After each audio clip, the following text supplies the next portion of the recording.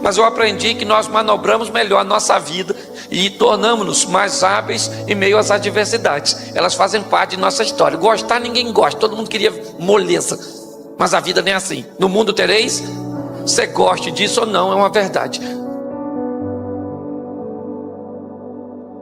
Esse é o problema. Nós queremos viver a glória de Deus, mas não queremos sair do barco. Nós queremos viver os milagres de Deus, mas queremos viver na mesmice.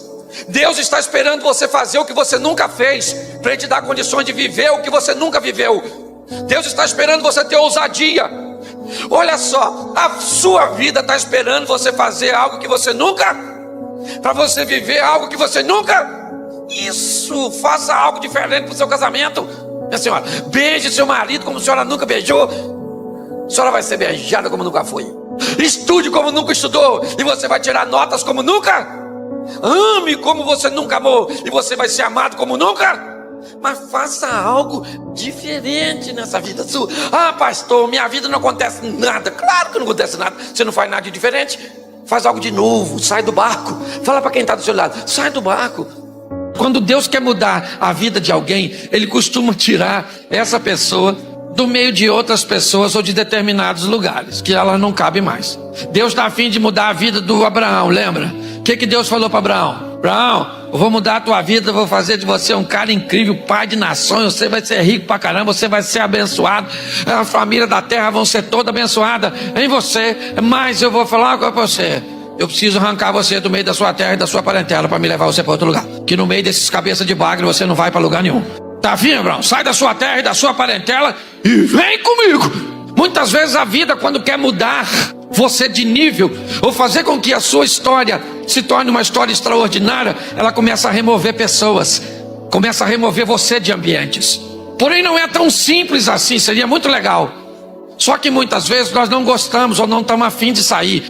A situação boa, ela é o grande impedimento de você viver o extraordinário. Está na hora de você fazer o que você nunca fez, fazer algo de novo, querido. O que é? Eu não sei, para mim já me basta fazer algo de novo. Isso mudou a minha história. Fazer algo de novo. Pare e pense. Só que eu quero dar uma notícia para você, jovem, adulto, ancião, pé na cova, quem você for. Não, na verdade, preste atenção no que eu vou dizer. Quando você faz algo de novo, o pessoal não gosta não. Quem não faz nada de diferente detesta ver você fazendo. Quem não alcança santidade detesta ver sua vida de santidade. O pessoal fica torcendo. E não perca tempo com quem está sofrendo ou torcendo contra. Deixa esse troço para lá. Torcer contra, fofoqueiro, tudo isso é importante para a vida da gente. Jesus, por exemplo, amava fofoqueiro, até porque era a mídia da época. Não tinha Facebook, não tinha nada. Você pode ver que quando ele curava alguém, ele falava algo mágico no mundo do fofoqueiro. Vá e não conte para ninguém. É ou não é verdade? Já era para falar mesmo. É ou não é? Porque quem sai do barco conta milagres a respeito de si mesmo, enquanto quem fica no barco só conta milagres a respeito dos outros. Quem você quer ser? Está na hora de você fazer umas coisas diferentes, querido. Está na hora de você sair do barco e viver com Deus o sobrenatural. Está na hora das coisas parar de acontecer ali e começar a acontecer aqui, na sua vida, na sua família, na sua história, nos seus negócios, no seu ministério. Depende de atitude.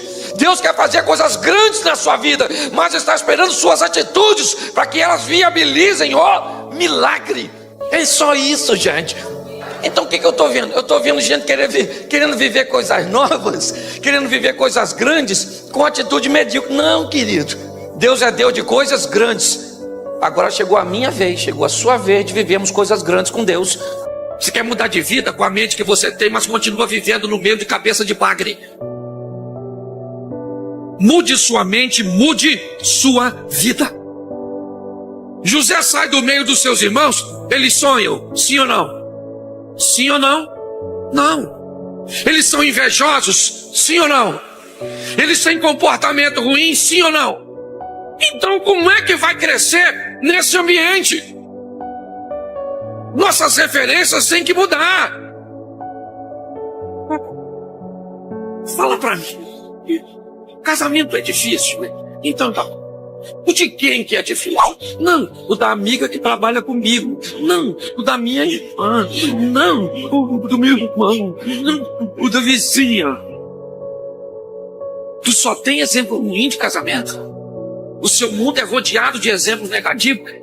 Por que é tão difícil mudar? Por que muitas vezes estabelecer um novo padrão de ações, de pensamentos, é tão difícil? A maioria de nós sabemos o que é certo, mas temos grandes dificuldades de fazer o que é certo. Às vezes não simplesmente no que diz respeito ao pecado, mas o que diz respeito a decisões assertivas que podem levar a nossa situação econômica para uma nova esfera ou para um outro nível, que possa levar o nosso relacionamento com Deus numa outra esfera, no que diz respeito ao relacionamento espiritual, que possa levar o nosso casamento, ou a criação de nossos filhos, ou o estabelecimento de nossa credibilidade. Todos nós gostaríamos de mudar, e por que queremos tanto algo que muitas vezes não conseguimos? Talvez porque temos um pouco de dificuldade de entender que o nosso cérebro, programado para gastar sempre menos energia, sempre poupar, muito mais para que o corpo se mantenha firme, ele procure repetir comportamentos, ele procure sempre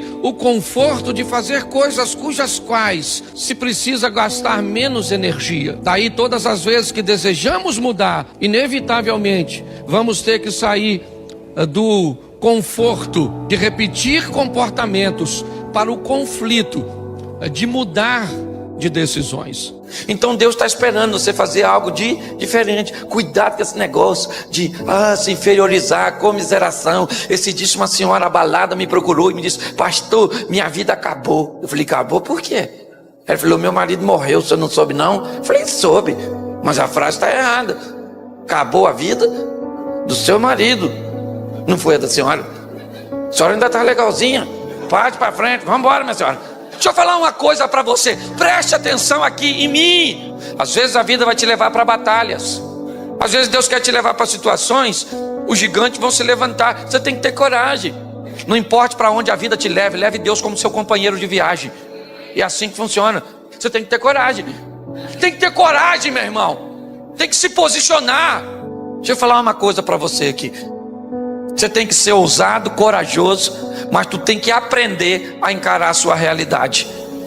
Nós temos que aprender a encarar a nossa realidade para alcançar nosso ideal. Está na hora de sair do meio dessa gente. Está na hora de mudar essa mentalidade sua. Transformai-vos pela renovação da vossa mente, para que descubra qual é a boa, perfeita e agradável vontade de... É assim que funciona. Não use a régua dos outros, fazer você ficar olhando para a vida dos outros para medir pela régua dos outros a sua. Sempre vai ter gente com mais dinheiro que tu, com uma vida melhor que a tua, e louvado seja Deus, porque isso te inspira a melhorar. Mas sempre vai ter gente com uma vida pior que a tua, que te ensina que você está indo no caminho certo e você tem que melhorar. Nunca perdi uma briga, porque todas as vezes que eu estou lutando por aquilo que eu acredito, eu já ganhei. Mesmo que o resultado não seja o que eu gostaria que fosse, eu me sinto um vencedor, porque não entreguei o jogo e lutei com todas as minhas forças por aquilo que eu acreditava. Porque na maioria das vezes, quando algo precisa ser retirado da nossa vida, essa remoção, ela vai nos trazer algum desconforto, alguma dor. Porém, nós precisamos entender que depois que sai da nossa vida aquilo que tem que sair, só então estaremos prontos para avançar para a próxima fase. Quando nós somos capazes de entender isso, fica mais suave, menos doloroso ver pessoas partirem, ver empregos ficarem para trás, ver situações cujas quais achávamos vantajosas, expressivas e significativas partirem. Às vezes sequer elas ficam por muito tempo, porque não é o nosso destino, é apenas uma fase da nossa vida. A Bíblia inúmeras vezes nos dá exemplos sobre isso. Quando nós vemos a história da mulher de Ló, o que ela tem? Ela tem um apego àquilo que está ficando para trás. Ela está sendo arrancada, removida de sua casa, de seus pertences. Ela só está saindo basicamente com a roupa do corpo. Então a dor dessa remoção, o apego àquilo que ela está deixando para trás, faz com que ela olhe para trás, mesmo diante de uma ordenança de cuja qual ela não deveria fazer isso. Ela faz, desobedecendo. E sabe o que acontece? Ela não tem mais futuro. Ela é paralisada por aquilo. Aquela é uma situação que a paralisa. Mas pastor, muitas vezes nós precisamos retornar, precisamos dar uma olhada, sim, mas não precisa ser num looping onde você retorna onde estava. O movimento pode parecer o mesmo. Nós podemos fazer isso numa espiral, onde você volta ao mesmo lugar que estava antes, somente não é na mesma altura. Volta, mas você sabe, quando um avião pequeno, ele precisa decolar num ambiente montanhoso, você sabe o motivo pelo qual o avião do grupo Mamonas Assassinas colidiu com a Serra da Cantareira? Porque ele não tinha força suficiente para decolar como um jato.